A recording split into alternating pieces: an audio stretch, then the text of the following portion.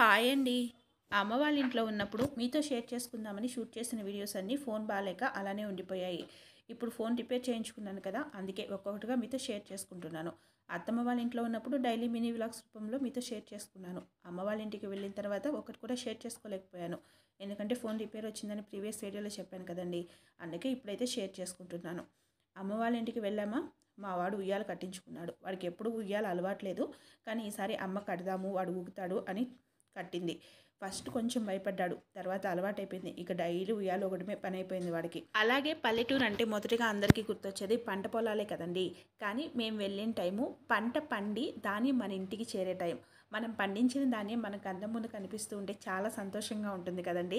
అలాగే పల్లెటూరులో వాళ్ళు ఏం చేస్తారంటే ఇంటికి సరిపడా ధాన్యాన్ని ఇంట్లో ఉంచుకొని, అంటే ఇయర్కి సరిపడా ఎంత ధాన్యం అయితే సరిపోతుందో అంత ధాన్యం ఇంట్లో ఉంచుకొని మిగతావి అమ్మేస్తారు. ఆ ధాన్యాన్ని ఇలా ఎండబెట్టుకొని స్టోర్ చేసుకుంటారు. అలాగే మనం తినడానికే కాదు, మన ఇంట్లో ఉండే పాడి పశువులకు కూడా, వాటికి కూడా ఆకలే కదండి, వాటికి కూడా సరిపడా గడ్డిని ఇయర్ మొత్తం స్టోర్ చేసుకుంటారు.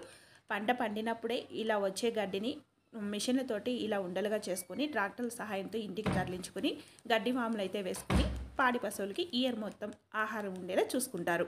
మా చిన్నతనంలో అయితే ఈ ప్రాసెస్ అంతా చేతులతోనే, అంటే మనుషులే చేసేవాళ్ళు. కానీ ఇప్పుడు అన్నిటికీ మిషన్స్ వచ్చేసాయి కదండి. ఆఖరికి గడ్డి ఉండలు చుట్టడానికి కూడా మిషన్స్ వచ్చేసాయి. మొత్తం మిషన్స్తోనే పని అయిపోయింది.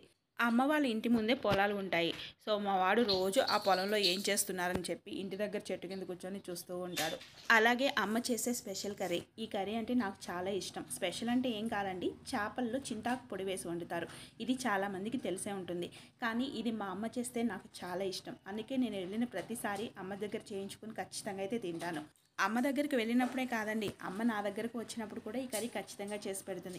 కొన్నిసార్లు అయితే కర్రీ చేసి బాక్స్లో పెట్టి మాకు బెంగళూరుకు కూడా ఇచ్చి పంపిస్తుంది. ఎంతైనా అమ్మ చేత కొన్ని స్పెషల్గా చేయించుకొని తినే వంటలు ఉంటాయి కదండి, అందులో ఇది ఒకటి మాకు. అలాగే అమ్మ వాళ్ళ ఇంట్లో ఇంటి ముందు ఉన్న కొంచెం స్థలాన్ని చెట్లకు కేటాయించారు. దానిలో రకరకాల చెట్లు ఉన్నాయి. అలాగే మామిడి చెట్లు కూడా ఉన్నాయి. ఇది మామిడికాయల సీజన్ కదండి, అందుకే మామిడికాయలు కాసాయి. కానీ ఈ చెట్లు కొంచెం లేటుగా కాసాయి, అందుకే ఇప్పుడు కాయలుగా ఉన్నాయి. ఇంకా పండ్లు పండడానికి ఇంకొక 2 months అయినా పడుతుంది. ఈ ప్లేస్ మా బుడ్డోడికి ఫేవరెట్ ప్లేస్ అని చెప్పచ్చు. అమ్మ వాళ్ళ ఇంటికి వెళ్తే చాలు ఫస్ట్ ఆ చెట్ల దగ్గరికి వెళ్ళిపోవాల్సిందే. ఆ చెట్లకు వాటర్ పట్టడం అన్నా, వాటికి ఉన్న కాయలు చూడడం అన్నా మా హస్బెండ్కి అలాగే మా బుడ్డోడికి ఇద్దరికి చాలా ఇష్టం. అక్కడ ఉన్నన్ని రోజులో కొద్దిసేపు అయినా అక్కడే స్పెండ్ చేస్తారు నాన్న కొడుకు ఇద్దరు. వాళ్ళిద్దరికీ ఆ చెట్లన్నా, ఆ చెట్లకు వాటర్ పట్టడం అన్నా అంత ఇష్టం. ఏ చెట్లో ఏ కాయలు ఉన్నాయి, అవి ఎప్పటికి పండుతాయి అని మొత్తం సెర్చ్ చేసుకొని వస్తారు. వాళ్ళకే కాదు, ఈ మామిడి చెట్లతో నాకు చాలా అనుబంధం ఉంది. ఎందుకంటే ఈ చెట్లు మా పెళ్ళికి ముందు వేసుకున్నవి.